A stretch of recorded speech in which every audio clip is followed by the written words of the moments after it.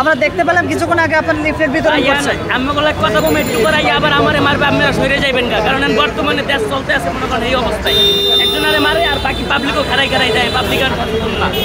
আমি কই কি বিপদে পড়বো ভাই, আপনারাও তো আমি খাড়াই দেখবেন, কিছু করতে পারবেন না, কারণ পুলিশও খাড়াই দেখবে, কিছু করার আছে। যারা সবাই সচেতন চাইলে আর এই সন্ত্রাসের মনে করেন কিছু করতে পারবো না, যে যে জায়গায় সবাই সতর্ক থাকতে হবে।